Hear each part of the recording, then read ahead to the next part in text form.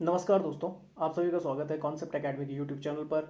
और हम डिस्कस कर रहे थे आपका union public service commission UPSC का सिविल सर्विसेज एग्जाम का GS paper 1 model paper first. तो ऑब्जेक्टिव टाइप क्वेश्चन थे, तो आज डिस्कस होंगे आपके 61 टू 80। स्टार्ट करते हैं। पहला क्वेश्चन जो लिखा हुआ है, तो लिखा हुआ है digestion is a complex process involving the ingestion, absorption, digestion, ingestion and the assimilation are in the correct sequence of the process. तो आपने इस तरीके से इसे याद करना है, इडाई। मैंने भी इसे इसी तरीके से याद किया हुआ है, इडाई। तो I4 होता है आपका क्या, इंजेक्शन।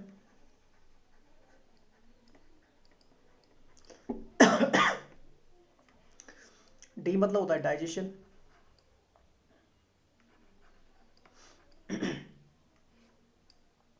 ए मतलब होता है एब्जॉर्प्शन। अच्छा, अगर कंफ्यूजन होगा डबल ए में, तो जो पहला ए है उसमें ए भी आता है, अल्फाबेटिकली देख लेना। और दूसरा वाला जो आता है वो आता है आपका कौन सा, एसिमुलेशन वाला, उसमें ऐसा आता है एसिमुलेशन। और लास्ट जो होता है वो होता है आपका कौन सा, इजेशन। तो इसको आप याद कर लेना, IDAAI, IDAAE, तो इडाई। तो आंसर बन जाएगा आपका कौन सा, ingestion, digestion, absorption, assimilation, egestion. तो आंसर बन जाएगा आपका थर्ड। तो पढ़ लेते हैं। देखो लिखा हुआ है, the correct answer is the ingestion, digestion, absorption, assimilation and the egestion. The process of taking food into the body is called the ingestion. जब खाना क्या होता है कि आपका जो बोल सकते हैं फूड पाइप जो होता है आपका, जिसे एसोफेगस पाइप बोला जाता है, वहाँ से जब अंदर जाता है और जो फर्स्ट आपका जो आता है वो मुंह से जाता है आपका, तो उसे इंजेशन प्रोसेस बोलते हैं। Then the break down of the complex component of the food into the simple substances called. और जब आपका क्या होता है कि फूड का क्या होता है कि जो आपके कॉम्प्लेक्स कंपोनेंट होते हैं वो ब्रेक डाउन करते हैं सिंपल में, तो उसे डाइजेशन बोला जाता है। और ये डाइजेशन प्रोसेस आपके स्टमक से स्टार्ट हो जाती है। उसमें आपका स्टमक आ जाता है, आपकी मेनली आपकी कौन सी स्मॉल इंटेस्टाइन वाला पार्ट आ जाता है। Next, digestive food can now pass into the food vessels in the wall of the intestine. This process called the absorption. ये चलता है आपका जब आपका इंटेस्टाइन में आ जाता है, तो यहाँ से जो आपकी क्या होती है, ब्लड वेसल्स कनेक्टेड होती हैं। तो यहीं से आपका क्या होता है कि जितनी भी आपकी एनर्जी रिसोर्सेज होते हैं या एनर्जी सोर्सेज होते हैं वो सारी बॉडी की तरफ चलने लग जाते हैं एब्जॉर्प्शन के थ्रू। फिर आगे लिखा था absorbed substance are transported via the blood vessels to different organs of the body where they are used to build to complex substances such as the proteins required by the body. तो यहाँ पर क्या होता है, आपके proteins का निर्माण होने लग जाता है जब ब्लड वेसल्स के थ्रू पूरे बॉडी में आपका प्रोटीन्स बनने लग जाते हैं। तो ये होती है एसिमुलेशन प्रोसेस। और लास्ट होती है आपकी the process of the removing the undigested waste, जो आपका होता है material from the body by the excretion is called the egestion. तो ये एनस के थ्रू आपका बाहर आ जाता है। ये आपका क्या है, ये स्टमक है। स्टमक के बाहर की तरफ, ये स्टमक से नीचे की तरफ आएंगे तो ये आपका बाहर की तरफ जो है ये आपकी कौन सी लार्ज इंटेस्टाइन है, जिसमें आपका ये वाला जो पार्ट है सबसे, ये अपेंडिक्स है। और ये आपका वेस्टिजियल ऑर्गन है, इसका कोई आप यूज़ नहीं होता है। ये आपका सेल उसको डाइजेस्ट करने में, या जो आपका रॉ मीट होता था उसको डाइजेशन में काम करता था पहले, पर अब अपेंडिक्स काम नहीं करता है। उसके बाद सीकम पार्ट आता है, उसके बाद असेंडिंग कॉलन आती है, फिर ट्रांसवर्स आती है, फिर डिसेंडिंग सिग्मॉइड कॉलन आती है, फिर लास्ट में जाके आपका रेक्टम वाला पार्ट और वहाँ से एनस आता है, जिससे आपका क्या होता है, इंजेक्शन पार्ट कंप्लीट हो जाता है। बीच में जो आपकी होती है वो स्मॉल इंटेस्टाइन होती है, मैक्सिमम एब्जॉर्प्शन और फाइनल डाइजेशन जो होता है वो आपका स्मॉल इंटेस्टाइन में ही होता है। ये आपने याद रखना, ये तीन पार्ट्स में होता है, ड्यूटनम, जैजुनम और इलियम, ये तीन पार्ट्स होते हैं। यहाँ पर देख सकते हैं बिल्ली की तरह देख, तो बिल्ली जो खाना खा रही है तो उसमें आता है इंजेक्शन, तो taking food in to body. Second जो digestion, the breaking down the food. तीसरा आता है absorption, moving food into the cells. Absorption में क्या होता है, सेल्स में चला जाता है। एसिमुलेशन होता है जब आपकी making food part of the cells. And elimination होता है रिमूविंग अनयूज्ड फूड। तो ये क्या जाता है, आपका इंजेक्शन में आ जाता है। तो अगर यहाँ पे देखेंगे तो ये वाली जो पिक्चर है ये सारा आपका रिलेटेड है किससे, आपका डाइजेशन सिस्टम से, जिसमें आपका स्टार्ट होता है माउथ से, फिर आपकी कुछ सैलिवरी ग्लैंड्स होती हैं जहाँ पर आपका टाइलिन नाम का बोल सकते हैं आपका जो प्रोटीन होता है वो बनता है, एंजाइम बनता है। और ज़्यादातर एंजाइम आपके प्रोटीन होते हैं जो आपका क्या करते हैं, फूड को डाइजेस्ट करने में मदद करते हैं। तो सैलिवरी ग्लैंड्स में वो सारे बनते हैं। फिर एसोफेगस पाइप आती है जो आपकी फूड पाइप होती है। उसके बाद आपका स्टमक हो गया, लीवर हो गया, गाल ब्लैडर हो गया, पैनक्रियाज हो गया, लार्ज इंटेस्टाइन हो गया, स्मॉल इंटेस्टाइन हो गया। ये सारे आपके डाइजेशन सिस्टम के क्या पार्ट हैं। ठीक है, नेक्स्ट चलते हैं। नेक्स्ट क्वेश्चन है, which of the following statement is are correct with respect to the soil profile. Soil profile को कई तरीके से देखा जा सकता है। तो लिखा होता है टॉप सॉइल और A horizon of the soil profile contains the humus. बिल्कुल सही है कि जो आपका टॉप सॉइल लेयर होती है, जैसे ए हॉरिजॉन टाइप बोला जाता है, उसमें आपका ह्यूमस कंटेंट काफ़ी अच्छी मात्रा में होता है। ह्यूमस जो होता है जितने भी आपके क्या होते हैं बोल सकते हैं, जैसे आपके जितने भी प्लांट्स होते हैं या फिर जितने भी आपके क्या होते हैं एनिमल्स, जो इनका क्या होता है जब ये क्या होता है मर जाते हैं, जो फॉसिल्स होते हैं जब ये सड़ गल जाते हैं, तो आपका क्या होता है एक बोल सकते हैं आपका स्वैम्पी सा, दलदली सा, या फिर बोल सकते हैं इस चीज़ को कैसा कि आपका ह्यूमिड कंडीशन में ये ह्यूमस जो होता है वो काफ़ी अच्छी मात्रा में देखने को मिलता है। इसमें क्या होता है कि मिनरल्स वगैरह काफ़ी अच्छे मात्रा में देखने को मिलते हैं, और ये प्लांट ग्रोथ के लिए काफ़ी ज़्यादा इंपॉर्टेंट होता है आपका ह्यूमस। तो ह्यूमस जो बनता है वो दोनों से बनता है आपका, चाहे वो फॉसिल्स हो, किसका प्लांट्स फॉसिल्स हो या फिर आपका एनिमल फॉसिल्स हो। नेक्स्ट चलते हैं, upper most layer of the A horizon of the soil profile is the most suitable for the growth of the plant due to its high water retaining capacity. बिल्कुल सही है, ए horizon जो आपकी soil होती है वो सबसे बेहतर होती है, क्योंकि उसमें क्या होती है आपकी वाटर को रिटेन करने की कैपेसिटी सबसे बेहतर होती है। उसके बाद लिखा हुआ है, तो पहला तो सही है, दूसरा भी सही है, लिखा हुआ below C horizon, C horizon के नीचे जाएंगे तो वहां पे लिखा है soil profit is not considered as the soil, तो वहां पर आपका सॉइल कंटेंट ही नहीं होता, वहां पे आपकी रॉक्स वगैरह आ जाती है। तो आंसर जो बनेगा तीनों सही है, ऑल ऑफ द अबव आपका आंसर बन जाएगा। मैं पढ़ लेता हूँ, लिखा हुआ soil is composed of the distinct layer, आपकी जो सॉइल होती है कई सारी लेयर्स में आपकी डिस्टिंक्ट होती है। A vertical section through the different layers of the soil is called the soil profile. Each layer differs in the feel, texture हो सकता है अलग हो सकता है, colour, depth and chemical composition अलग अलग हो सकते हैं। These layers are refer to as the horizons, इन लेयर्स को आपका हॉरिजॉन्स में बोला जाता है। याद रखना हॉरिजॉन्टल मतलब नीचे की तरफ, ठीक है ना, लंबवत जिसे बोला जाता है, ठीक है ना। और नहीं, हॉरिजॉन बोला जाता है आपका कौन सा, हॉरिजॉन बोला जाता है क्षितिज को, बोला जाता है क्षितिज को ऐसे, और ये वर्टिकल हाइट होती है, तो ये आप याद रखना। तो लिखा हुआ three main layer of the soil are the A horizon, वैसे तीन नहीं होती, मैं कई सारी होती है वो बता दूंगा। ए हॉरिजॉन होता है टॉप सॉइल होती है, बी हॉरिजॉन होती है सब सॉइल, और सी हॉरिजॉन होती है आपकी अपर मोस्ट लेयर होती है आपकी। तो लिखा हुआ है यहाँ पे लिखा हुआ, सॉरी, सी हॉरिजॉन जो होती है आपकी लोअर मोस्ट आपकी मानी जाती है मेनली। अपर मोस्ट सॉइल अगर बात करें, A origin of the soil profile is most suitable for the growth of the plant, because उसमें क्या होता है high content of the humus पाया जाता है, which provide the nutrients to the grow the plants. It is a soft porous and has more water retaining capacity। दूसरा भी सही हो जाता है, the next layer has a lesser amount of the humus but more of the minerals. जैसे जैसे नीचे की तरफ चले जाते हैं वैसे वैसे ह्यूमस की मात्रा कम होने लग जाती है, क्योंकि ज़्यादातर आपके फर्स्ट लेयर में ही होती है, और मिनरल्स आपके क्या होते हैं नीचे की तरफ ज़्यादा पाए जाते हैं। This layer is generally harder and more compact. ये कैसे होती है, ज़्यादा क्या होती है आपकी हार्ड होती है और कॉम्पैक्ट होती है, इसे बी हॉरिजॉन या मिडिल लेयर बोला जाता है। Below the C horizon there is a hard and the big bed of rocks, तो यहाँ पर जो आपका हो जाता है वो तीसरा भी सही हो जाता है। It is not considered as a soil because, अब सी वाले को कंसिडर नहीं करते हैं क्योंकि वहाँ पे पत्थर वगैरह होते हैं। It can not be dug with a spade and not suitable either for the growth of the plants और the survival of the life. तो यहाँ पर देख लीजिए, आप इस पिक्चर से याद कर सकते हैं। सॉइल हॉरिजॉन्स की अगर बात करें, सबसे ऊपर आता है आपका ओ हॉरिजॉन, जिसे बोला जाता है ऑर्गेनिक लेयर, जिसमें आपकी ह्यूमस कंटेंट होता है केवल और केवल, सबसे ऊपर की लेयर होती है। उसके बाद आती है आपकी कौन सी, ए, जिसे बोलते हैं टॉप सॉइल, इसमें मिनरल्स होते हैं ह्यूमस के साथ। फिर आती ई, जिसे बोलते हैं एलिवेशन लेयर, जिसे बोलते हैं जिसमें लीस्ट मिनरल्स और ऑर्गेनिक मैटर वहां पे पाए जाते हैं।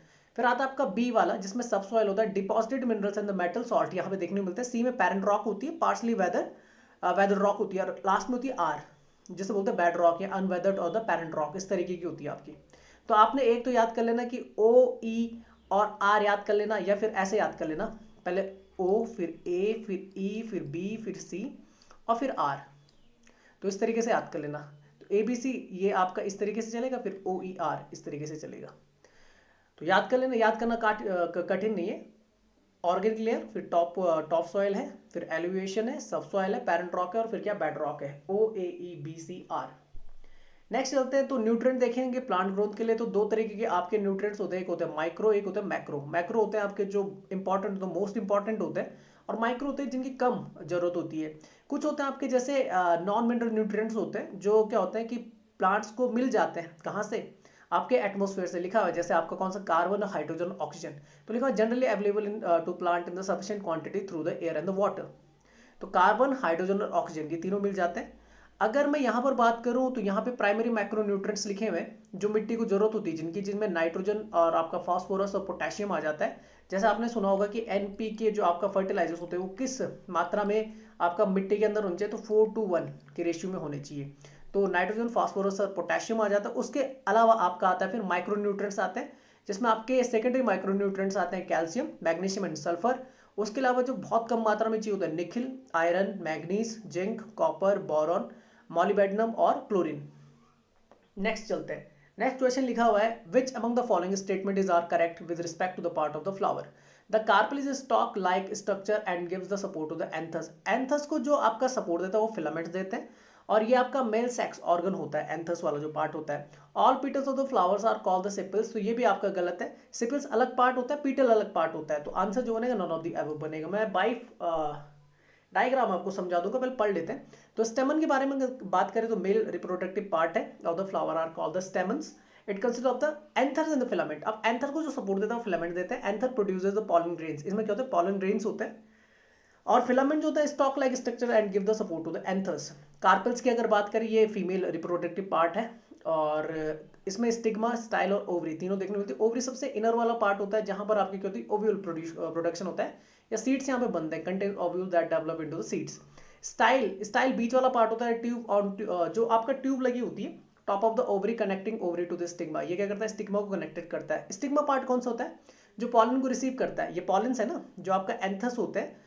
तो एंथस में क्या होता है पोलन ग्रेन्स होते हैं। अब ये दो तरीके से होता है, एक आपका कैसा होता है जो आपका क्या होता है पॉलन को जो ट्रांजेक्शन होता है दो तरीके से होता है, एक डायरेक्ट और एक होता है आपका इनडायरेक्ट, जिसमें आपके कई सारे क्या आ जाते हैं आपके वेक्टर्स आ जाते हैं। जैसे आपका मधुमक्खी क्या करती है पॉलन्स को ले जाती है, और वो क्या करती थी जो फीमेल रिप्रोडक्टिव सिस्टम होता है वहाँ पे डाल देती है, खासकर स्टिग्मा में। तो स्टिग्मा में क्या होता है कि पॉलन क्या होता है आपका कनेक्ट होता है, वहीं से फर्टिलाइजेशन प्रोसेस स्टार्ट होती है। बात समझ में। फर्टिलाइजेशन क्या होता है जब आपका क्या होता है मान लीजिए आपका जो स्पर्म है वो किसके साथ एग के साथ आपका कनेक्ट होता है, तो उसे फर्टिलाइजेशन बोला जाता है। सेपल्स की बात करें there are the outer most part of the flower and are located under the flowers. All sepals are the calyx. Calyx में बता दूंगा कैसे बोला जाता है। सेपल्स जितने भी आपके सेपल्स होते हैं कैलिक्स होते हैं। पीटल जो होता है ये these are the modified leaves, ये हरी होती है, पीटल्स हरी कलर की होती है, ये पत्ती होती है। सेपल जो होते हैं वो आप पंखुड़ियाँ होती है। बात समझ में, इसे कैलिक्स भी बोला जाता है। तो यहाँ पर देख सकते हैं, देख लीजिए स्टेमन है, एंथर और फिलामेंट। तो ये ऊपर वाला जो पार्ट है ये एंथर, ये भी आपके पॉलन ग्रेन्स कनेक्टेड होते हैं, और फिलामेंट आपका क्या करते हैं सपोर्ट देते हैं।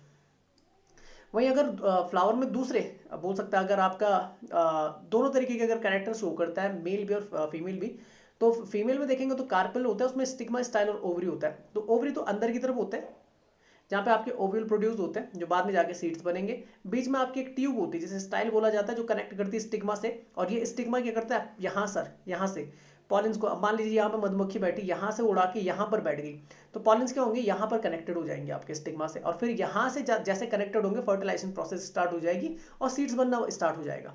ठीक है। अब ये जो पंखुड़ियाँ इन्हें पीटस बोला जाता है, कैटलिक्स भी बोला जाता है, और जो नीचे की तरफ आपको पंखुड़ियाँ दिख रही है हरे कलर की पत्तियाँ टाइप की दिख रही है, पंखुड़ियाँ बोलेंगे, वो सिपल्स होती हैं आपकी, ये आपने याद रखना है। और बीच वाला जो डंठल होता है इसे रिसेप्टैक्ल बोला जाता है। यहाँ पर अच्छे से समझ सकते हैं, जैसे मैंने बताया था कि पंखुड़ियों को अगर बोला जाएगा, जैसे पीटल्स है, पीटल्स को क्या बोला जाता है, पंखुड़ियों को कोरोला बोला जाता है, या पीटल बोल दीजिए पंखुड़ियों को, P4 पीटल, P4 पंखुड़ियाँ, कोरोला भी बोला जाता है। और नीचे जो आपकी ये हरी कलर की इन्हें सिपल बोला जाता है या फिर कैलिक्स बोला जाता है, ये थोड़ा दिमाग में रखना, ठीक है ना। सेपल्स बोला जाता है, कैलिक्स बोला जाता है, नीचे वाले को सेपल या कैलिक्स, ऊपर वाले को पीटल बोला जाता है। बात समझ में आ गई, ठीक है। अच्छा, पिस्टल तो मैंने समझा दिया था, स्टिग्मा, स्टाइल और ओवरी आ जाता है, और बाकी मैंने एंथर और फिलामेंट्स आपको बता दिए थे। तो ये स्टेमन का पार्ट है और ये पिस्टल का पार्ट है। पीटल कौन सा होता है, पंखुड़ी होता है। सिपल्स आपको कौन सा होता है, जो नीचे की आपकी क्या होती है, कली होती है, ये थोड़ा दिमाग में रखना। अब पीटल को क्या बोला जाता है, कोरोला बोला जाता है, सिपल्स को आपका कैलिक्स बोला जाता है, ये आप याद कर लेना। नेक्स्ट चलते हैं, नेक्स्ट क्वेश्चन है, consider the following statement, Ashokan pillars with inscription were found only in the place like the Rummindei, Sanchi and the Sarnath. जहां पर ओनली लग जाए वहां पर क्या कर लेना चाहिए, अपने कान खड़े कर लेने चाहिए। ऑनली का मतलब होता है केवल 3 जगह में मिले, ऐसा नहीं था, ठीक है ना। 14 तो आपके क्या रॉक एडिक्ट्स हैं, कम से कम 14 के आपके 14 तो रॉक एडिक्ट्स हैं, अलग अलग जगह में आपके क्या अशोका ने बनवाए थे।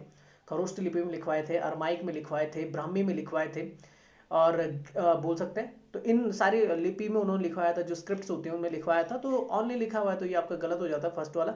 सेकंड आता है, Ashoka made his famous declaration all men are my children in the rock edict 13। ये सबसे इंपॉर्टेंट रॉक 13 है। रॉक एडिक्ट 13 जो आपका है 14 में से जो 13 है, 13 में उसने बात की है जब वो कलिंग वॉर की बात करता है 13 में। तो ये आपका 13 में कलिंग वॉर के बारे में ना कि जिसमें वो बोल रहा है कि सारे जो जितने भी क्या मनुष्य हो मेरे बच्चे हैं और उनका ख्याल रखना मेरा काम है, उनकी क्या बोलते हैं सेहत का ख्याल रखना, उनके लिए दवा पानी खर्चा वगैरह जो भी है ये करना मेरा काम है। तो ये साइड से आपका फर्स्ट में लिखा हुआ है, तो यहाँ पर ये भी क्या हो जाता है आपका गलत हो जाता है। तो आंसर बनेगा none of the above is correct, दोनों गलत है। तो पढ़ लेते हैं, देखो लिखा हुआ, Ashoka pillar with inscription were found in the places like the Delhi, Allahabad, Rummindei, Sanchi, Sarnath. तो पहला तो इनकरेक्ट हो जाता है। लिखो 2 separate rock edicts found in Odisha, Kalinga में। Separated Kalinga rock edict first. जो पहला आपका कलिंगा रॉक एडिक्ट फर्स्ट है, Ashoka made is famous declaration, जिसमें वो बोलते हैं all mens are my childrens, तो ये फर्स्ट में लिखा गया। रॉक एडिक्ट सेकंड में लिखा proclamation of the edicts even to the single person. The effect of the Kalinga war were described by the Ashoka himself in the rock edict 13, जो मैंने आपको बताया था 13वें में इसका जिक्र है कलिंग वॉर का। 150,000 वर किल्ड, जब वो देखते हैं कि युद्ध भूमि में लगभग 1.5 लाख लोग क्या हुए, मारे गए हैं, इंजर्ड हुए हैं उसके साथ साथ। तो जब इतने बड़े स्केल पे जब क्या होता है आपका कई सारे लोग मारे जाते हैं, उसके बाद वो क्या कर देते हैं, अपना धर्म परिवर्तन करते हैं, बौद्ध धर्म को अपना लेते हैं। और लिखा हुआ है कि and many times that numbers perished after the war he annexed the Kalinga to the Mauryan empire. अच्छा, लिखा हुआ the edicts of the Ashoka are the first physical evidences of the Buddhism and how it was. अच्छा, ये inscription, ये rock addicts जो होते हैं, ये कहाँ से लिया, तो मैंने बताया ईरान से सीखा था भारत। ईरान और ग्रीस के लोग जो थे वो रॉक एडिक्ट्स को रखते थे। अच्छा, how it was spread during his region, these edicts were deciphered by the British archaeologist, जो आप जानते हैं जिनका नाम था जेम्स प्रिंसेप, जिन्होंने उनके बारे में बताया भी कि अशोका ही कौन है, आपका प्रियदर्शी है, दीवानुप्रिय है।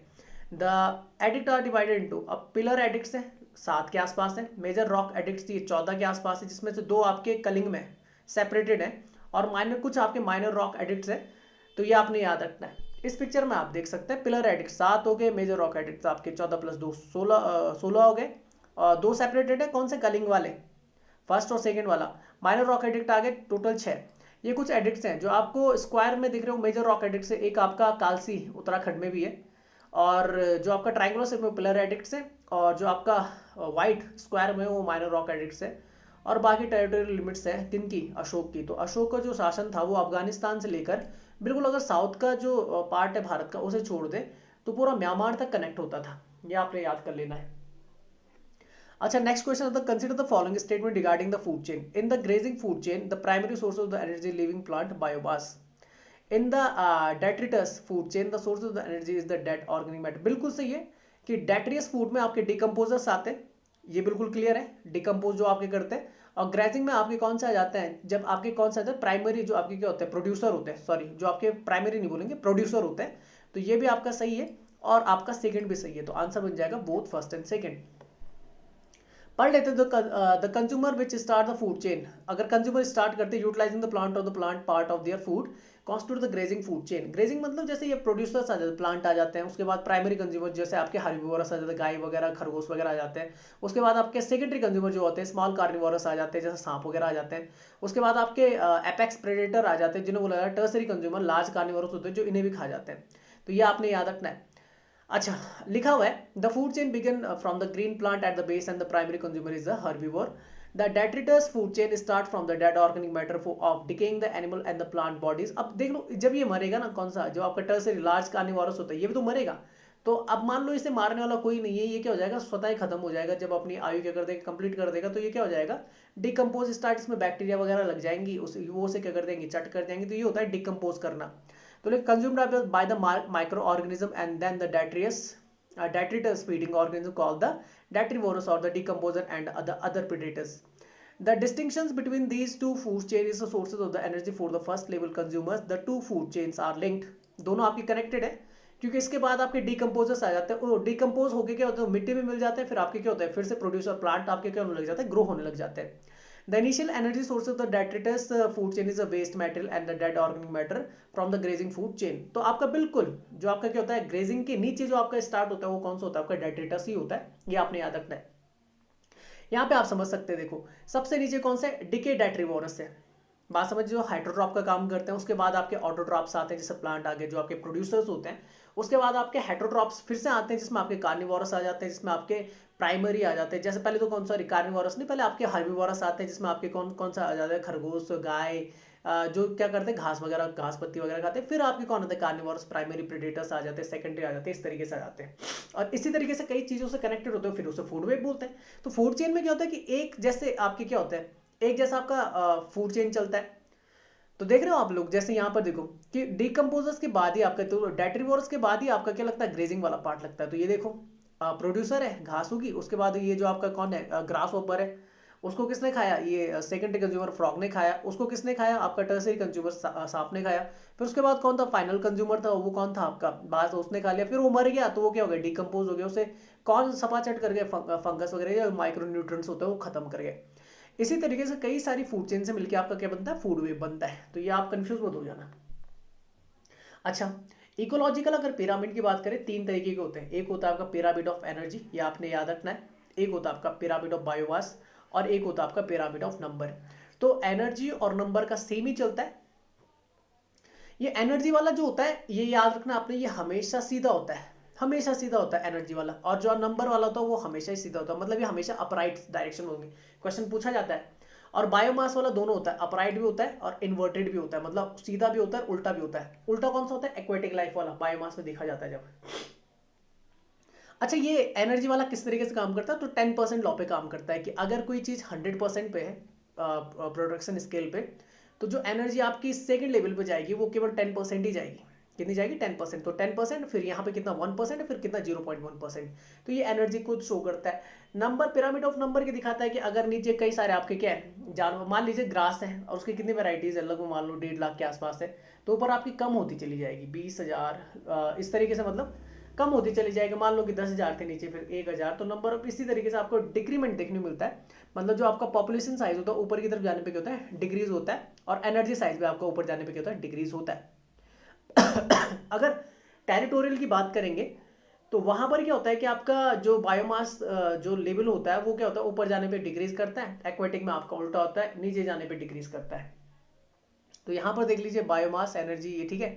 और ये आपने यहाँ पर देखना है कि अपराइट और इन्वर्टेड। तो ये देख लीजिए, अब देखो एनर्जी का देखेंगे तो हमेशा कैसा होता है, आपका अपराइट होता है, और इसका देखेंगे तो आपका कैसा होता है, तो अपराइट और आपका इन्वर्टेड दोनों होता है। अच्छा, यहाँ पे देख लेते हैं, तो पिरामिड ऑफ नंबर इस तरीके से ये सेम है आपका, और पिरामिड ऑफ जो आपका पिरामिड ऑफ एनर्जी सेम चलता है आपका, कोई अलग नहीं है इसमें। आपका एनर्जी लेवल के हिसाब से चलता है कि पहले 100% फिर 10, फिर 1%, 10% ऑफ एनर्जी लो यहाँ पे लगता है। और यहाँ पे नंबर के हिसाब से क्या होता है कि ऊपर जाने पे आपके नंबर क्या होने लग जाते हैं, कम होने लग जाते हैं।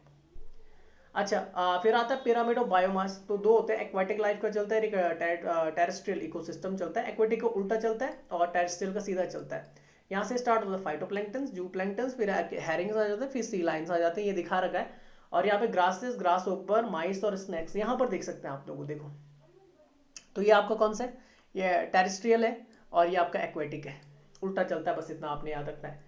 नेक्स्ट चलते हैं, नेक्स्ट क्वेश्चन है, which of the following is not the role of the food corporation of India. तो आपका जो एफसीआई है, तो उसके बारे में बोल रहे थे, तो क्या लिखा हुआ है, देखो पहली चीज लिखी, ensuring that the farmers are not forced to sell their produce below the MSP. MSP होता है आपका कौन सा, मिनिमम सपोर्टिंग प्राइस जिसे बोला जाता है, कि उससे नीचे उनसे कोई भी नहीं खरीद सकता उस रेट पे। मान लीजिए जैसे गेहूं के लिए कर दिया कि भाई 1 किलो गेहूं का जो एमएसपी होगा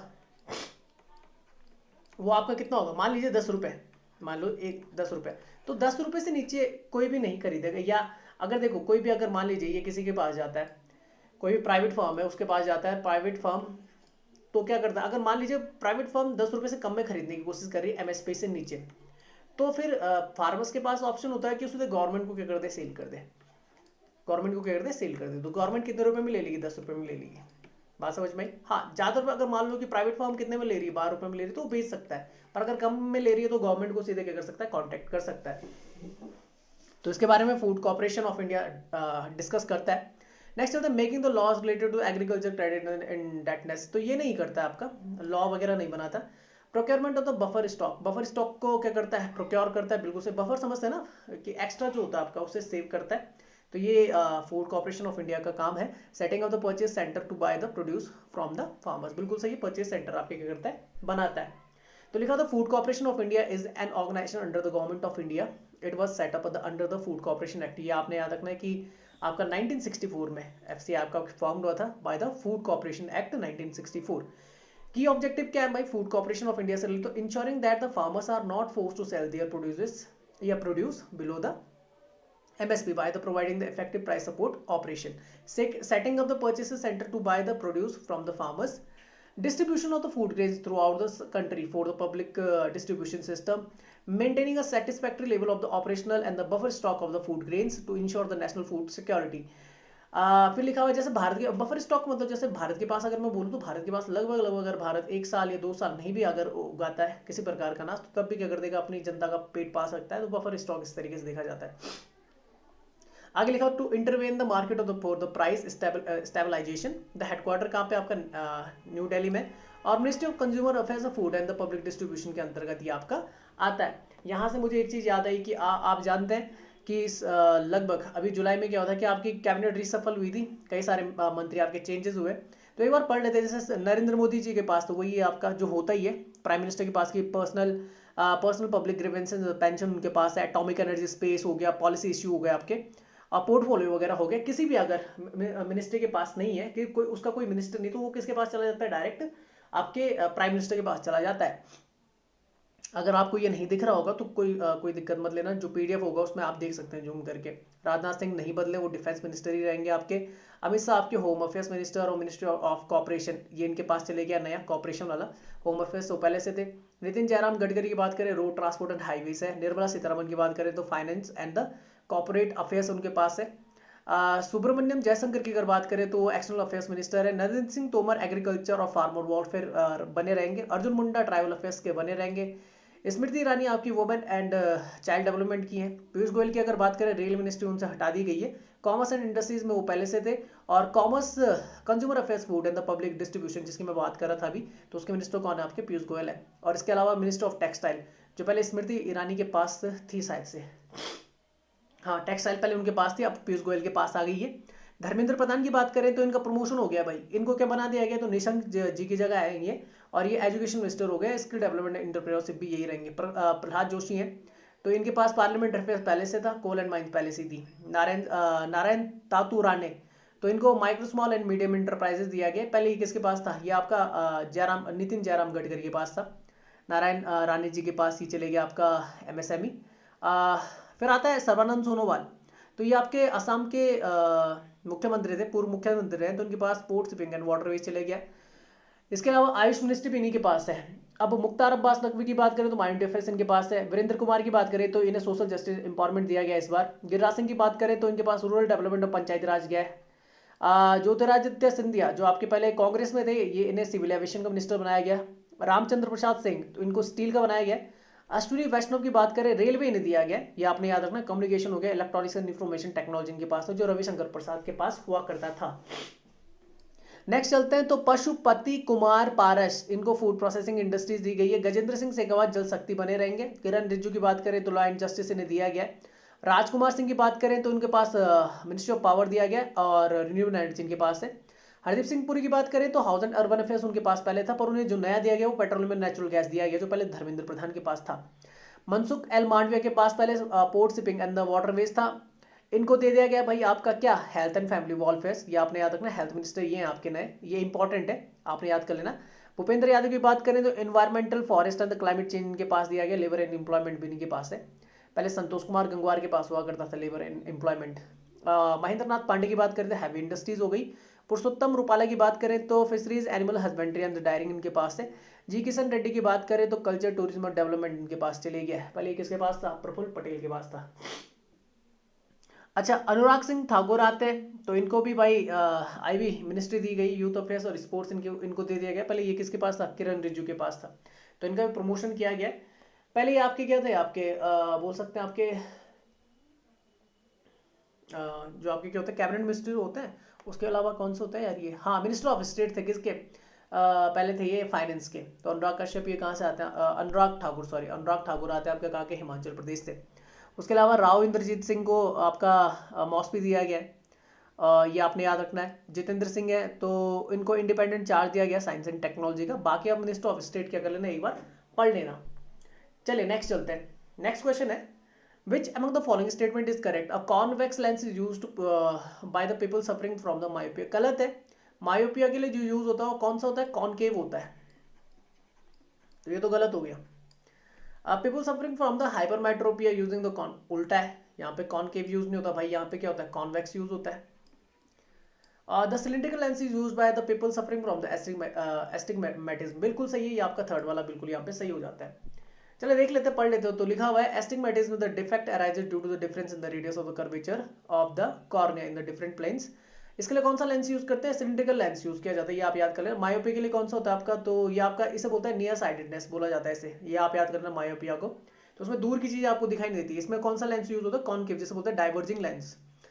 अच्छा हाइपरमेट्रोपिया, तो ये आपका कौन सा होता है, तो इसमें क्या होता है कि आपका फार साइटेडनेस जिसे बोला जाता है, इसमें नजदीकी वस्तुएं दिखाई नहीं देती, और इसमें जो आपका मिरर सॉरी इसमें जो लेंस यूज होता है कॉन्वेक्स लेंस यूज होता है, जिससे आपका कौन सा होता है, आपका कन्वर्जिंग लेंस होता है। यहाँ पे दिखा देता हूँ, देखो विजन डिसऑर्डर नॉर्मल जो होती है, ये आपका जो रेटिना होता है वहां पर क्या पड़ता है आपकी, वहां पे आपकी क्या बनती है, इमेज बनती है। पर मायोपिया में के केस में क्या होता है, अब देखो क्यों बोला जाता है कि जो आपका कौन सा था मायोपिया होता है उसमें कॉनकेव यूज किया जाता है, पर बोला क्या जाता है उसको नियर साइटेडनेस बोला जाता है, निकट दृष्टि दोष, पर जबकि उसमें दूर की चीज नहीं दिखाई देती। निकट इसलिए क्योंकि वो जो रेटिना से पहले बन जाता है, जो इमेज फॉर्म्ड होती है पहले फॉर्म्ड हो जाती है, तो हमेशा याद रखना रेटिना से पहले फॉर्म्ड हो जाती है। हाइपरमेट्रोपिया में पीछे बनती है, दूर। और एस्टिग्मेटिज्म में क्या होता है कि आपका रेटिना से पहले बनती है, कुछ आपकी पहली बनती है कुछ बाद में बनती है, और कई सारी इमेजेस फॉर्म होती है, जैसे एक पहले यहाँ पे बन गई, यहाँ पे बन गई, यहाँ पे बन गई, इस तरीके से। तो यहाँ पे सिलिंड्रिकल लेंस आपका यूज होता है।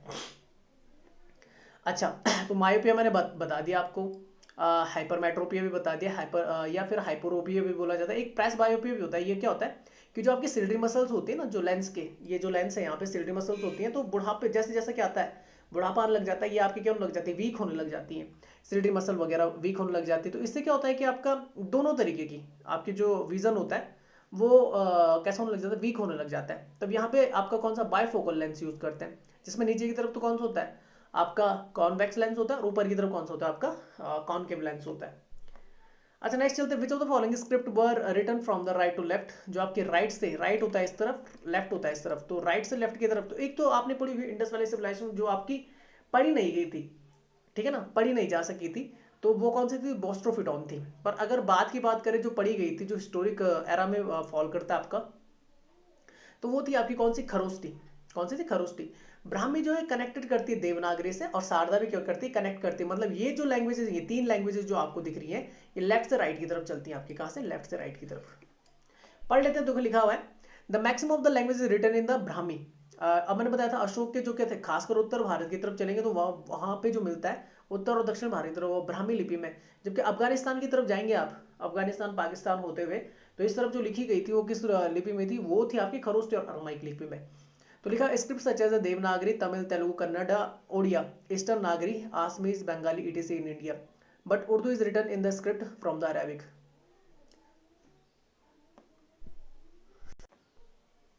ठीक है, अच्छा आगे लिखा हुआ है, तो उर्दू किसमें, स्क्रिप्ट जो उसकी अरेबिक है, और संथाली इंडिपेंडेंट है। खरोष्टी की अगर बात करें तो it is the sister script and the contemporary of the Brahmi. It was written from the right to left. It was use in the Gandhara culture. Gandhara जो था आपका वो किस तरफ था, पाकिस्तान की तरफ था, of the north western India, and is sometime also called the Gandhari script भी बोला जाता है, किसको, खरोष्टी को। आगे लिखा हुआ है, its the inscription has been found in the form of the Buddhist text from the present clay, Afghanistan and Pakistan की तरफ। अच्छा नेक्स्ट लिखा हुआ ब्राह्मी स्क्रिप्ट के बारे में पढ़ लेते, तो लिखा हुआ है कि Brahmi is the originator of the most of the present Indian scripts including the Devanagari, Bengali, Tamil and the Malayalam. It developed into the two broad types in the northern and the southern India, in the northern one being more angular and the southern. अच्छा जो लिखा जाता है ना, आपने देखा होगा कि जो उत्तर भारत की तरफ लिखा जाता है, लिखावट होती है वो थोड़ा सा एंगुलर होती है, थोड़ा ऊपर नीचे जैसा हिंदी लिखते हैं हम। पर जब साउथ की तरफ जाते हैं तो थोड़ा सा सर्कुलर बनने लग जाता है, आपके गोलाकार बनने लग जाते हैं। तो ये आपने याद रखना है। और ये डिस्ट्रीब्यूट किसने किया था, 1937 में। आपका किसने किया था, जेम्स प्रिंसेप ने किया था। It best example are found in the rock cut edicts of Ashoka. जिसके एग्जांपल मैंने बताया था, खरोष्टी और ब्राह्मी दोनों में लिखी गई है, अरमाइक में भी लिखी गई है। अच्छा देवनागरी स्क्रिप्ट की बात करें, it is a main script at the present to write the standard Hindi, Marathi, Nepali as well as the Santhali, Konkani and many other Indian languages. It is also used presently to write the Sanskrit and is one of the most used writing system in the world. It composed of the Deva meaning God and the Nagari meaning the city, which meant that it was both religious and the urban of the sophisticated. Sharada script की बात करें तो इसमें बताओ कौन कौन से आ जाते हैं, गुप्ता टाइम की थी, इसमें कश्मीरी और गुरुमुखी आ जाती है। गुरुमुखी स्क्रिप्ट किसकी है, तो मैंने बताया था ये पंजाबी जो लैंग्वेज होती है उसकी जो स्क्रिप्ट है वो कैसी है आपकी, गुरुमुखी है, तो वो उसमें ये आपका फॉल कर जाता है। ठीक है नेक्स्ट चलते हैं। ठीक है नेक्स्ट क्वेश्चन आता है, the Indus valley settlement were evidence of the plussed field was found. तो जहाँ पर खेती की हुई थी वो कौन सी जगह थी आपकी, कालीबंगन थी। चलो नेक्स्ट चलते हैं। तो लिखा हुआ है कि लोथल की अगर बात करें कौन कौन से मिलते हैं एविडेंस ऑफ डबल बरील, यहाँ पे देखने को मिलता है कि दो को एक साथ दफनाया गया है।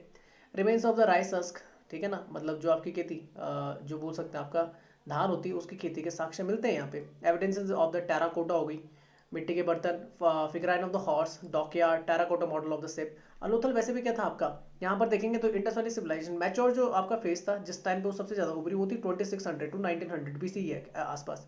और लोथल आपकी कैसी थी, पोर्ट सिटी थी, गुजरात की तरफ थी, यहाँ पर आपको देखने को मिलेगा। कालीबंगन की बात करेंगे तो evidence of the Froude lands हो गया, मतलब जो जोता गया खेत होता है आपका। Evidence of the wooden furrow हो गया, evidence of the seven fire एल्टर्स हो गया आपके, प्लस फील्ड सर्फेसेज हो गए। मोहनजोदड़ो की बात करें, great bath, great granary, assembly hall, steatite image of the bearded man यहाँ पे देखने मिला। Seal of the Pashupati bronze, dancing girl यहाँ पे देखने को मिलती है। हड़प्पा में आपका cemeteries, evidences of the coffin burial, coffin में यानी कि दफनाया जाता था। ग्रेनरी आउटसाइड द फोर्ट ये देखने को मिलता है। तो ये सारी साइट्स आपको देखने को मिलेगी। ये जो पूरा एरिया है आपका ये कौन सा, इंडस वैली सिविलाइजेशन का देखने को आपको मिलता है। अच्छा नेक्स्ट चलते हैं। Next question, the telecom regulatory authority of India जिसे ट्राई बोला जाता है, recommended the creation of the multi stake holder body MSME MSB, which of the following is are the other recommendation of the TRAI. तो ये अभी current की news है। तो लिखा the role of the MSB जो मल्टी स्टेक होल्डर बॉडी है उसका काम क्या, shall be provided advice and support to the department of the telecommunication. बिल्कुल सही है। ये कैसी आपकी ये आपकी एक बॉडी है जो क्या करेगी, एडवाइस देगी किसको, डिपार्टमेंट ऑफ द टेलीकम्युनिकेशन को। अच्छा सेकंड लिखा हुआ है तो पहला सही है। The multi stake holder body यानी एमएसएमई, सॉरी मैं एमएसएमई क्यों बोल रहा हूँ, MSB may also be required to investigate the complaints regarding to the violation of the net neutrality। तो बिल्कुल सही है, ये कंप्लेंट भी क्या करेगी आपकी, दाखिल करेगी। तो आपका कौन सा बन जाएगा, both first and second is the right answer. तो लिखा हुआ है what is the net neutrality. Net neutrality is defined as the principle that internet services provide should enable the access to the all the content and the application regardless to the sources and without the favouring particular products of the website. अच्छा क्या क्या है भाई, तो why new the telecom regulatory authority of India recommended the creation of the multi stake holder body MSB. Recommendation of the TRAI, the role of the MSB shall be provided advice and the support to the Department of the Telecommunication. The multi-stakeholder body may also be required to investigate। तो जो आपका second था वो सही है। अच्छा the MSB should set up the non-profit entity है। इसमें आपका टेलीकॉम सर्विसेज प्रोवाइडर्स आ जाता है, इंटरनेट सर्विसेज प्रोवाइडर्स आ जाता है, content providers, researchers, the academic and the technical community and the civil society organization आ जाता है। टेलीकॉम कम्युनिकेशन की बात करें तो सॉरी टेलीकॉम कमीशन की बात करें तो secretary in the department of the telecommunication the x official chairman of the telecom commission. Telecom commission consist of the chairman होता है, 4 फुल टाइम मेंबर्स होते हैं, 4 आपके पार्ट टाइम मेंबर्स होते हैं। ट्राई की अगर बात करें तो ट्राई आपका 1997 में एक्ट के थ्रू आया था, telecom regulatory authority of India act 1997 में। और इसका हेडक्वार्टर न्यू दिल्ली में देखने को मिलेगा। और इसके अभी जो चेयरपर्सन है राम सेवक शर्मा है और सेक्रेटरी आपके सुनील के गुप्ता है। नेक्स्ट चलते हैं, नेक्स्ट क्वेश्चन है which of the following statement is are correct regarding the delimitation commission. Bharat में अब तक 4 बार आया और इसके जैसे आपकी क्या होगी, इस बार की जो जनगणना कंप्लीट होगी उसके बाद मुझे लग रहा है डिलिमिटेशन कमीशन एक बार फिर से क्या होगा, इंट्रोड्यूस हो जाएगा।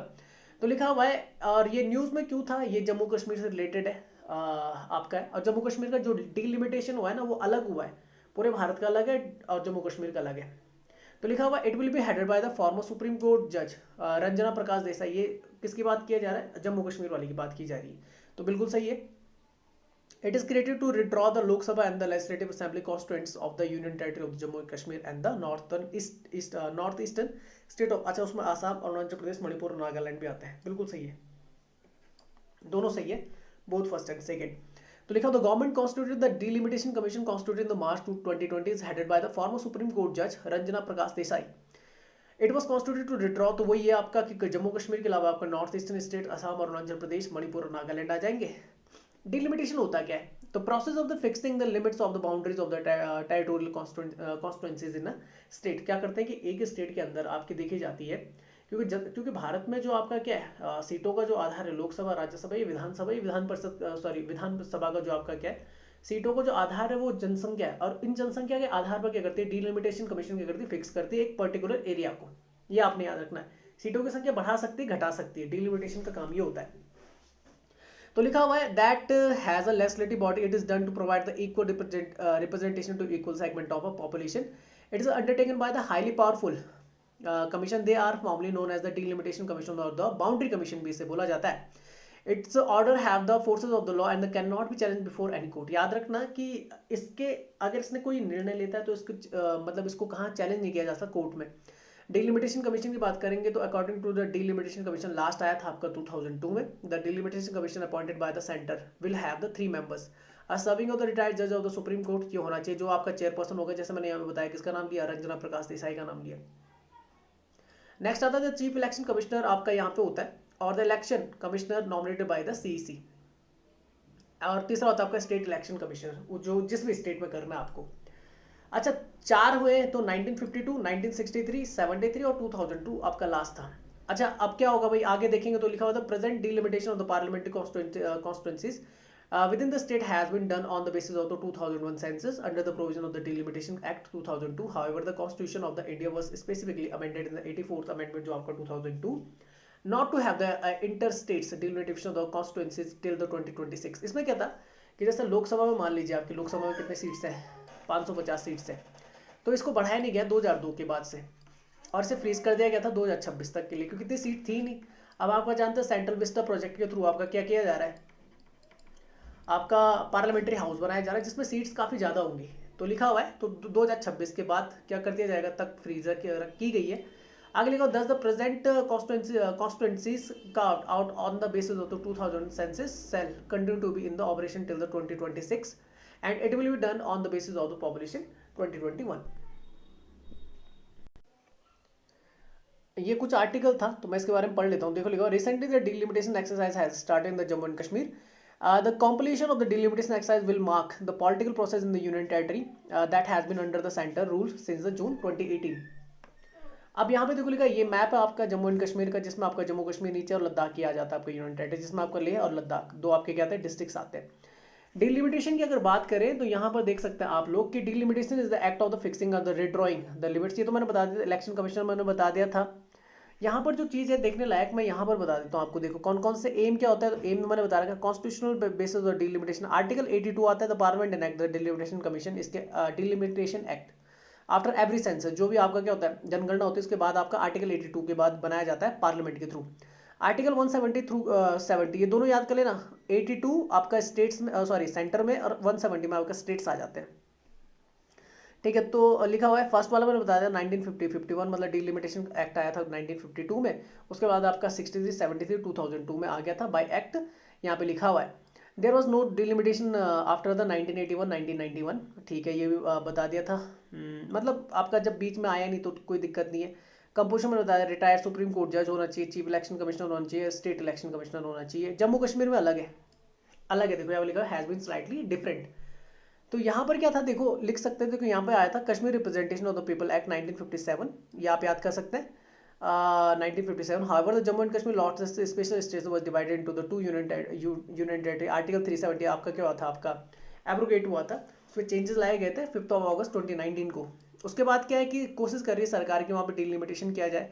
अगर सेंटर की बात की जाए लोकसभा में 550 सीटें और राज्यसभा में 250 है जो गारंटी है कि बढ़ना है क्योंकि पॉपुलेशन साइज काफ़ी बड़ी है आपका. अच्छा नेक्स्ट चलते हैं. Which of the following statement is correct regarding the Darbar move in the Jammu and Kashmir. It is practices in which the government function for the 6 month each in the 2 capitals of the state Srinagar and Jammu. बिल्कुल सही था.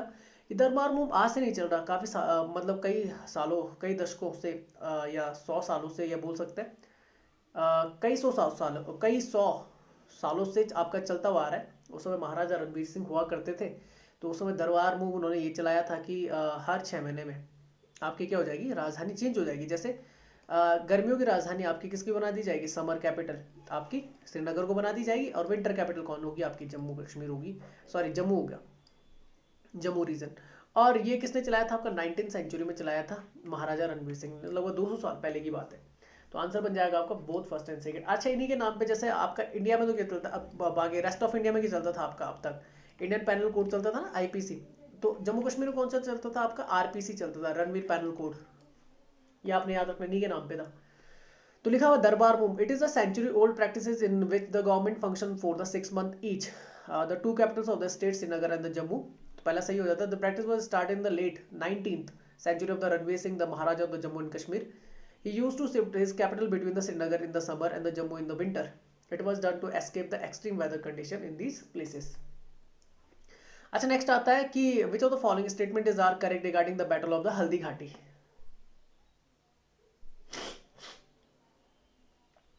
तो लिखा हुआ it was fought between the Maharana Pratap and the forces of the Akbar Man Singh, बिल्कुल सही। आम्बेर के जो राजा था उनके बीच में हुआ था और महाराणा प्रताप ये युद्ध हारे थे। द बैटल रिजल्टेड, क्योंकि उन्होंने दास्ता यानी कि बोल सकते हैं स्वीकार नहीं की थी किसके, अकबर की। The battle resulted in defeat of the Mughal forces, ये आपका गलत है, मुगल फोर्सेस आपकी जीती थी। तो आंसर जो बनेगा वो फर्स्ट सही है। और महाराणा प्रताप लगभग 7.5 फुट लंबे थे। कहा जाता है 80 किलो का तो इनका भाला था, 80 किलो का तो इनका क्या था, जो कवच पहनते थे। और महाराणा प्रताप जब मरे थे, क्योंकि वो एस्केप कर गए थे उसके टाइम पे, पर कुछ टाइम के बाद उनकी मृत्यु हो जाती है और वो कई किलों को भी क्या कर देते हैं, रिकैप्चर भी कर लेते हैं। तो जब मरे थे तो अकबर काफी रोए थे, ये बोला जाता है। तो लिखा हुआ है हल्दी घाटी वॉर एक ही हुई थी 18 जून 1576 को। सबसे छोटी बैटल्स में से एक है, 4 घंटे चली थी केवल। विश्व में सबसे छोटी बैटल्स में से एक है, 4 घंटे चली थी केवल।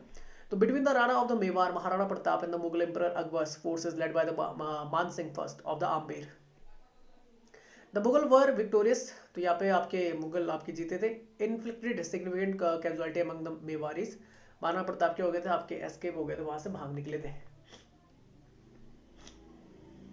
ये भी आपका करंट अफेयर्स है। अ न्यू स्पीसीज जिसको लिखा हुआ है ट्रोग्लोमाइसिस ट्विटरी इज अ टाइप ऑफ, ये आपका फंगस है। ये रिसेंट की न्यूज है जून के आसपास की।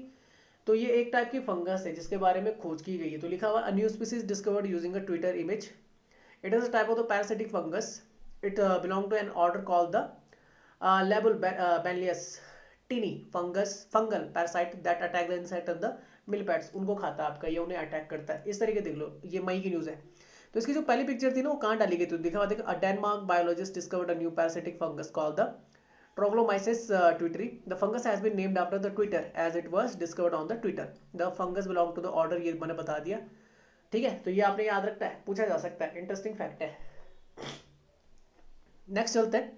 Which of the following statement is not correct regarding the Dibang multi-purpose project? It is storage based hydroelectric project, बिल्कुल सही, हाइड्रोइलेक्ट्रिक प्रोजेक्ट है आपका। This is the largest ever hydroelectric project to be constructed in India, बिल्कुल सही है। It is located in the Dibang river, lower Dibang valley, बिल्कुल सही है। It is located in the Assam, आराम से एडमिट कर सकते हो अगर आपको पता है कि दिबांग वैली, जो लोअर दिबांग वैली आपका ये डिस्ट्रिक्ट है, ये कहाँ है आपका, अरुणाचल प्रदेश में। तो आप आराम से एडमिट कर सकते थे कि चौथा तो हो ही नहीं सकता, चौथा तो हो ही नहीं सकता। तो आसाम नहीं है, अरुणाचल प्रदेश है। तो ये आपका गलत हो जाता है। आंसर कौन सा बनेगा, नॉट करेक्ट, तो यही आपका आंसर बन जाएगा। लिखा हुआ it is a storage space, तो ये सारी चीजें लिखी हुई है यहाँ पे। और इस यहाँ याद रखना, यहाँ पर देख लीजिए, the project has been delayed for over 6 years because it required the diverting 1165 hectares of the forest in the region of the rich biodiversity. तो ये आपका अरुणाचल प्रदेश का मैप यहाँ पर देखो, कोई सारी, ये आपकी ब्रह्मपुत्र रिवर है, इसकी कई सारी आपकी क्या है ट्राइब्यूटरी, जैसे कामेंग हो गई, सुबनसारी रिवर हो गई, बराक हो गई, आपकी जो दिबांग रिवर हो गई, ये आपका लोअर दिबांग वैली है, ये आपका रीजन है। ठीक है ना, तो ये आप देख लेना कौन कौन से, एक तो कामिंग याद कर लेना, बहुत आसान है, देखो ईस्ट कामिंग, वेस्ट कामिंग, इस तरीके से याद कर लेना। पाके केसांग हो गया, कारा दादी हो गया, कुरुंग कुमे हो गया, ठीक है ना, सुबनसारी, लोअर सुबनसारी, अपर सुबनसारी हो गया, ये आप याद कर सकते हैं। दिबांग बेले हो गया, लोअर दिबांग बेले हो गया। तो इस तरीके से आप क्या कर सकते हैं, इनके डिस्ट्रिक्ट्स को याद कर सकते हैं। और ये बॉर्डर सेट करता है किसके साथ, चाइना के साथ और म्यांमार के साथ और भूटान के साथ। चलिए नेक्स्ट चलते हैं। ये हाइड्रोइलेक्ट्रिक डैम है, आप जानते हैं किस तरीके से। तो यहाँ पर रिजर्वियर है, यहाँ पे पानी को रोका जाता है, फिर फोर्स से निकाला जाता है। यहाँ पे जनरेटर होता है, जनरेटर का काम होता है कि आपका मैकेनिकल एनर्जी, ये आपका डायना है नीचे, ये आपका क्या होता है, पानी जैसे फोर्स में आता है तो ये क्या करता है, ऐसे घुमाता है, टरबाइन घूमती है, टरबाइन घूमती है तो जो आपकी कौन सी होती है, मैकेनिकल एनर्जी होती है, वो इलेक्ट्रिक एनर्जी में चेंज कर देता है कौन, जनरेटर, और आपकी इलेक्ट्रिसिटी प्रोड्यूस हो जाती है। ये आपने याद रखना है। Next question, in the presence of the oxygen glucose does not break down into the, अच्छा देखो, ऑक्सीजन की प्रेजेंस में जो ग्लूकोज होता है C6H12O6, ये जैसे ग्लूकोज के साथ, सॉरी ऑक्सीजन के साथ मिलता है, 6O2 मॉलिक्यूल्स होते हैं। ये होती है आपकी कौन सी प्रोसेस, ये होती है आपकी रेस्पिरेशनल, ठीक है ना। तो ये हो जाती है आपकी क्या, ये टूट जाती है आपकी, देखो 6 तो निकलते हैं कार्बन डाइऑक्साइड के और 6 निकलते हैं H2O मॉलिक्यूल्स। ये आपकी फोटोसिंथेसिस है, कौन सी है, फोटोसिंथेसिस। ये मैं हीट क्यों लिख रहा हूँ यहाँ पे, इन द प्रेजेंस ऑफ सनलाइट। तो कार्बन डाइऑक्साइड निकलता है, बिल्कुल सही है। एल्कोहल निकलता नहीं, एल्कोहल नहीं निकलता। ये निकलता है जब आपकी क्या होती है, ऑक्सीजन क्या होती है आपकी अपसेंट होती है, तब बनता है।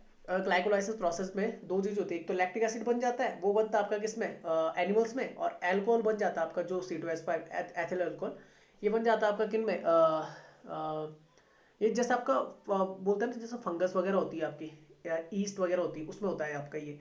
अच्छा, तो अब्सेंस से बोलते हैं एनरोबिक कंडीशन, कौन सी होती है, एनारोबिक। वाटर बनता है और एनर्जी में निकलती है, बिल्कुल सही, एनर्जी में आपकी करती है, रिलीज होती है। तो ये तो तीनों हो जाते हैं, एल्कोहल नहीं होता, ये आपने याद रखना है। तो यहाँ पर देख लेते हैं, ये चीज़ें वही लिखी हुई है यहाँ पे। तो glucose plus oxygen carbon dioxide और वाटर निकाल देता है। तो यहाँ पे देखो लिखा हुआ है C6H12O6 6O2, तो 6CO2 और 6H2 आपका क्या होता है, रिलीज हो जाता है।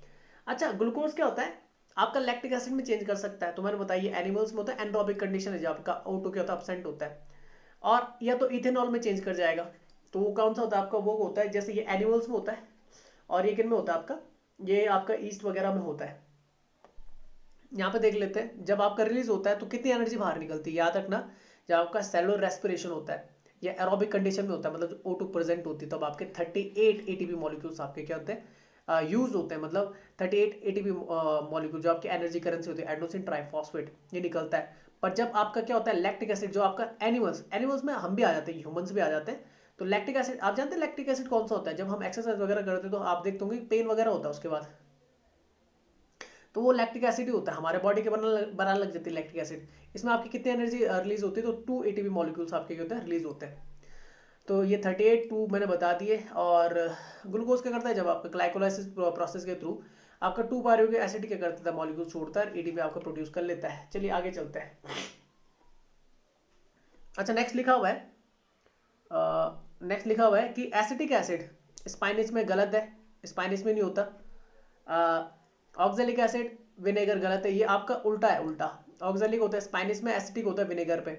लैक्टिक एसिड आंट में नहीं होता, आंट में फॉर्मिक एसिड होता है, और लैक्टिक एसिड होता है आपका मिल्क में या कर्ड में बोल सकते हो, ठीक है। और टॉर्टरिक एसिड ड्रैप में होता है, ये बिल्कुल सही है। तो आंसर कौन सा बन जाएगा, 4 तो सही है, ये इनकरेक्ट बता रहा है। इनकरेक्ट कौन सा हो जाएगा होगा, फर्स्ट सेकंड एंड थर्ड। तो पढ़ लेते हैं। एसिटिक एसिड है CH3COH बोला जाता है, it is also known as the called the ethanoic acid भी बोला जाता है। Acetic acid is produced naturally when the exerted by the certain bacteria such as the Astobacter genus and the Clostridium Astobutylicum। अच्छा, oxalic acid होता है, इसका formula जरूर याद कर लेना यार, मेरे पास ग्लिसरॉल को पूछा हुआ था। तो ऑक्जेलिक एसिड होता है C2H2O4, और ये काफी स्ट्रॉन्ग आपका क्या होता है, acidic, it is much stronger than acetic acid. Acetic acid से क्या होता है, स्ट्रॉन्ग होता है। लैक्टिक एसिड बिल्कुल हाफ कर देना किसका, आप ग्लूकोज का, C3H6O3 होता है। और ये लिखा हुआ है it's a chemical by product of anaerobic respiration, बताया था ना, एनरोबिक रेस्पिरेशन होता है, O2 अपसेंट होती है, process by which cell produce the energy in the absence of the oxygen. It is natural organic acid that is found not only in the milk but also in the other food products such as the meat and the beer. Tartaric acid की बात करें, C4H6O6 होता है, white crystalline dicarboxylic acid found in the many plants, particularly tamarinds, इमली में और grapes, इनमें दोनों में पाया जाता है। तो एसिटिक एसिड विनेगर में, फॉर्मिक एसिड एंड स्टिंग होता है जो आपका चींटी के डंक में। सिट्रिक एसिड होता है सिट्रस फ्रूट जितने भी होते हैं, लेमन, ऑरेंजेस। लैक्टिक एसिड आपका कर्ड, मिल्क में। और ऑक्जेलिक एसिड आपका स्पैनिच, हरी सब्जियां वगैरह होती है। और टॉर्टरिक एसिड आपका टैमरिंड, ग्रेप्स, इनमें पाया जाता है, मैंगोज वगैरह में। मैलिक एसिड होता है किसमें, आपका एप्पल में। अच्छा, next question, which of the following is the national aquatic animal of India. तो ये आपकी डॉल्फिन गैंजेटिका, जिसको बोला जाता है प्लैटेनिस्टा गैंजेटिका, इसका साइंटिफिक नेम है प्लैटेनिस्टा गैंजेटिका, ठीक है ना। ये नॉर्मल जो आपकी क्या होती है, बोल सकते हैं जो आपकी डॉल्फिन होती है उससे अलग होती है दिखने में। जैसे घड़ियाल होता है ना, मगरमच्छ से अलग होता है इस तरीके से।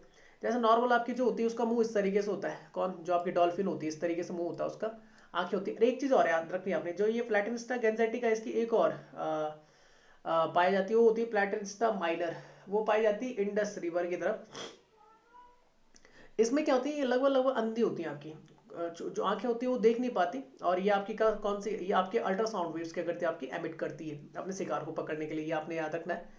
तो Ganga river dolphin was officially discovered in the 1801। It can only live in the fresh water and essentially blight. अब याद रखना, ये आपका इकोसिस्टम आपका क्या करता है, इंडिकेटर भी है। जिस तरह उसी पानी में रहती है जो आपका साफ होता है, साफ नहीं होगा पानी, मर जाएंगी या फिर वहां से निकल जाएंगे, तो इंडिकेटर का भी काम करती है। It is found in the Ganga, Brahmaputra, मेघना and the Karnaphuli river and their tributaries. Platanista gangetica the scientific name. IUCN की लिस्ट में इंडेंजर्ड में ही है, आप याद रखना। और एलिगेटर्स आर द लार्ज, चलो तो ये तो पढ़ ही लोगे आप लोग। Next question, the which among the following is are the possible factor responsible for the depletion of the ground water level. बिल्कुल सही है, अगर पॉपुलेशन इंक्रीज हो जाए तो पानी कम हो जाता है, ग्राउंड वाटर लेवल आपका क्या होने लग जाता है, कम होने लग जाता है। आपका हेडपंप लगा दिया आपने, तो अगर पॉपुलेशन ज्यादा होगी तो पानी ज्यादा लिया जाएगा, पॉपुलेशन होता है भाई फैक्टर। डिफॉरेस्टेशन, बिल्कुल सही है, अगर आप जंगलों की कटाई कर रहे हो तो ग्राउंड वाटर लेवल आपका कम हो जाएगा, बिल्कुल सही है। A decrease in the effective area of the seepage of the water, बिल्कुल सही है। वाटर की अगर कमी आती है कुछ ऐसे एरिया में जहाँ पे सीपेज क्या होता है, जहाँ पे सीपेज मतलब होता है कम, ठीक है ना, तो बिल्कुल सही। स्कैंटी रेनफॉल मतलब कम रेनफॉल, बिल्कुल चारों आपके ऑप्शन सही है, चारों क्या करते हैं आपका फैक्टर है, ठीक है ना, तो ये पढ़ लेना है यहाँ पे। और इस तरीके से आपको देखो, लैंड सरफेस, ये सरफेस वाटर है, नीचे की तरफ होता है ग्राउंड वाटर, और ये आपका सैचुरेटेड जोन होता है, ऊपर की तरफ आपका अनसैचुरेटेड जोन होता है। उसके बाद आपके फ्रैक्चर्ड रॉक होती है जहाँ पे पानी अंदर होता है। और यहीं से क्या होता है कि कई सारे बोल सकते हैं आपका यहाँ पे हैंडपंप वगैरह के थ्रू या किसी भी थ्रू क्या कर सकते हैं, ग्राउंड वाटर को किया जा सकता है, ऊपर की तरफ निकाला जाता है। ग्राउंड वाटर का जो होता है ये याद रखना, ग्राउंड वाटर काफी ज्यादा साफ होता है क्योंकि पानी काफी छन के नीचे की तरफ जाता है। लास्ट क्वेश्चन देख लेते हैं, consider the following statement regarding the Bharatmala Pariyojana. तो लिखा हुआ Bharatmala Pariyojana is an umbrella project programme. Umbrella मतलब कई सारे आपके क्या है, रोड बनानी है और कई सारे आपके क्या प्रोजेक्ट से रिलेटेड है, अम्ब्रेला प्रोग्राम उसे बोला जाता है। For the highest sectors, sorry highway sector that focuses on the optimising the efficiency of the freight and the passenger movement across the country. तो बिल्कुल सही है, this will be done only by the development of the economic corridors and inter corridors. बिल्कुल गलत, only लिख दिया ना, और यहाँ पे अम्ब्रेला लिखा हुआ है, तो दो के लिए थोड़ी होगा केवल, इकोनॉमिक कॉरिडोर और इंटर कॉरिडोर्स नहीं, ये दोनों क्या बोलते हैं इससे ज्यादा के लिए। तो आंसर जो बन जाएगा आपका करेक्ट वो बन जाएगा फर्स्ट। तो लिखा हुआ है, देखो मैं पढ़ लेता हूँ। A total of the 322 project, देखो कितने 322 in length of the 12,413 kilometre have been awarded under the Bharatmala Pariyojana till the अगस्त 2020। अभी कौन सा चल रहा है, भारतमाला 2.0 चल रहा है। Further 2,921 kilometre has been constructed under the project till the same date.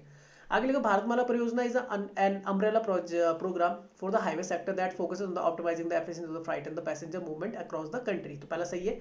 अगले, this will be done by the development of the economic corridor. अब देखते रहो, इकोनॉमिक कॉरिडोर हो गया, इंटर कॉरिडोर हो गया, फीडर रोड्स हो गया, नेशनल कॉरिडोर एफिशिएंसी इंप्रूवमेंट हो गया, border and international connectivity road हो गई, coastal and the port connectivity roads हो गए, ग्रीन फील्ड एक्सप्रेस वे हो गए। ग्रीन फील्ड मतलब जो नए बनाए जाएंगे, एक होता है ब्राउन फील्ड, ब्राउन फील्ड मतलब जो रिकंस्ट्रक्ट किया जाता है जहाँ पे। The ministry of road transport and the highways has, जो आपका गडकरी जी के पास है, has taken up the detailed review of the NH networks. It has been given the overall investment approval for the Bharatmala Pariyojana phases first scheme for the development of the about 34,800 kilometre including 10,000 kilometre residual NSDP stretches at an estimated outlay of the 5,35,000 crore. इसमें खर्चा किया जाएगा। वैसे मैं picture ला देता, कई सारी photos भी पर ज़्यादा हो जाता। उसमें आपको कोस्टल पोर्ट का अलग चल रहा था, आपका बॉर्डर इंटरनेशनल का अलग चल रहा था, इंटर कॉरिडोर अलग चल रहे थे, फीडर रूट्स अलग चल रहे थे, तो मैं फोटो लाया, ठीक है ना, काफ़ी ज़्यादा हो रहा था। तो सिर्फ आप पढ़ लेना इसे। तो ये PDF जो मैं टेलीग्राम ग्रुप और व्हाट्सएप ग्रुप दोनों में शेयर कर दूंगा। यूट्यूब में अगर आप वीडियो को देख रहे हैं तो लाइक करें, शेयर करें, और सब्सक्राइब नहीं किया तो सब्सक्राइब कर लीजिए। सब्सक्राइब करते आपको बेल आइकन प्रेस करना होगा, उसके बाद ऑन नोटिफिकेशन पे आपको क्लिक करना होगा, जिससे जितनी वीडियो मेरे द्वारा बनाई जा रही है वो आपको टाइम टू टाइम मिलती जाएंगी। और इस वीडियो का जो लिंक है मैं फेसबुक पे भी आपका शेयर कर देता हूँ, टेलीग्राम पे भी शेयर कर देता हूँ, व्हाट्सएप पे भी शेयर कर देता हूँ। फेसबुक पे आप हमें या हमारे पेज को लाइक कर सकते हैं, इंस्टाग्राम पर भी हमें, वहाँ पे भी आप हमें फॉलो कर सकते हो। तो वीडियो को देखने के लिए आप सभी का बहुत बहुत धन्यवाद। मिलते हैं फिर किसी नेक्स्ट वीडियो के साथ, तब तक के लिए जय हिंद, जय भारत।